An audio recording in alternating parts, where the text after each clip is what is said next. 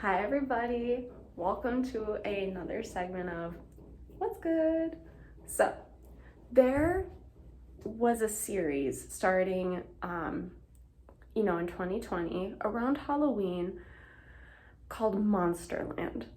And some of these episodes, so it was kind of like it's an anthology series, and it was kind of like it's spooky season, like let's kind of do a horror-ish vibe.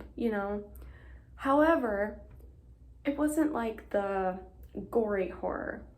It was very psychological. There were some episodes where you really had to think, and there was a deeper meaning into a lot of the episodes. So spoilers, because I am going to talk about, I think, a few in particular. One that I think was really not profound, but I think that they executed very well, and the monster was very, I think, deep. It's very hard to explain, like, without explaining, like talking about this episode. So this is your spoiler warning. I'm going to talk about one real quick, and then we'll kind of, not really dig deep into it, but talk about it more broadly once I kind of give this example. So, spoilers. So, there was an episode where the monster was the stepfather to this son. So, what had happened is you see a flashback of when the mom and her son, like, it's a single mother. This is her small child. I'd say he's about 6, I believe, if I remember correctly.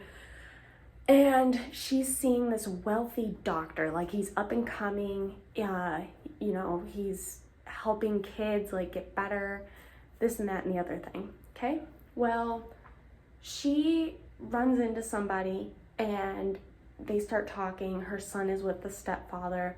Well, her son runs up to her and he's like, I saw a monster, I saw a monster.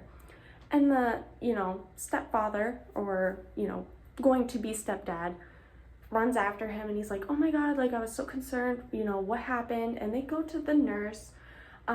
He's like, no, I saw a monster, like this is what happened. And for a moment you're like, what happened? Like, you really start to think about it a bit. And then you kind of, I'd say fast forward into this kid is now grown up. He's in college. He's having some problems. I don't think if I remember correctly, he doesn't really know what he wants to do. He's not, not really set on anything in particular, and he's having a little bit of problems. So he's home for the holidays and everything, and his dad, his stepdad now is like a big up and coming doctor, helps so many kids, really rich. They've got a nice house. The mom is like, kind of loving her life. Well, one night she hears like this horn. So it's based in Louisiana. The party that they were at was a Mardi Gras. And so she hears this horn and she sees this guy outside and she's like, maybe, this is the monster I saw, let me go after it. And then you come to find out, like, the stepdad, some allegations are coming out. He, mistreated children in the hospital, and, one person's, a girl at the time when he treated her, now she's a little bit older, she stepped forward and said, like, this is what happened to me, this is what this doctor did. And he's like, no, I didn't do that. And the wife is like, standing by his side. And the nights progress and she constantly hears this like horn and thinks this is the monster.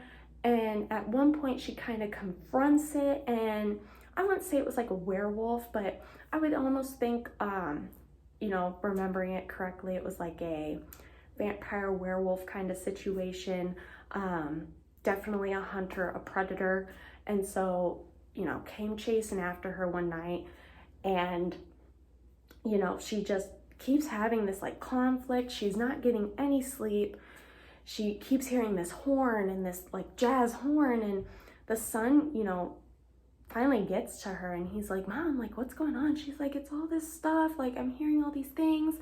And he's trying to actually talk to her and talking about like these allegations coming forward and everything. And you find out that the son was also mistreated by the father. The monster that he saw was him. And he actually tells his mom that. He's like, Mom, don't you remember? Like, I told you this. And she's like, no, like this can't be right. And, you know, at the end, so like she walks, you think it's into town, but I think it's more of like in her dreams being consumed by, you know, these monsters, because they're different jazz players, the one in particular who was playing the horn. And basically they kind of, I'd say, attack her or devour her. And so I think this episode really like speaks volumes, because if you know, and this series in particular too, there's different some are better than others. Like, I promise you, like there's one with, I'm a big fan of like the mythos and folklore of like sirens and mermaids.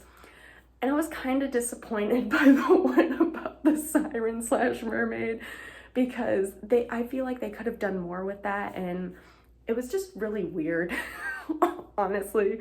So some of them are like great, some of them are real misses. So do with that what you will, but you don't have to watch all of them.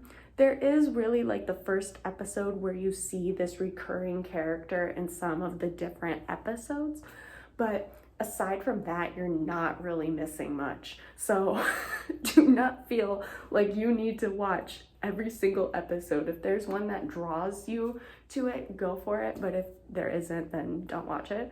But there's one like about a witch almost, or like involves a witch. There's one about like kind of a shapeshifter or like a face stealer. And that one also like speaks, I think, volumes deeply about like, I want to change my identity and stuff like that. And so I think this show did a really good job of like psychologically making you think, and also making it seem like, yes, there are monsters, you know, like, but there are also monsters. Like, what is inside of us? What is consuming us? What do we want to change about ourselves? And I think that's a part of horror / thriller that really like makes you think and makes you really get into it.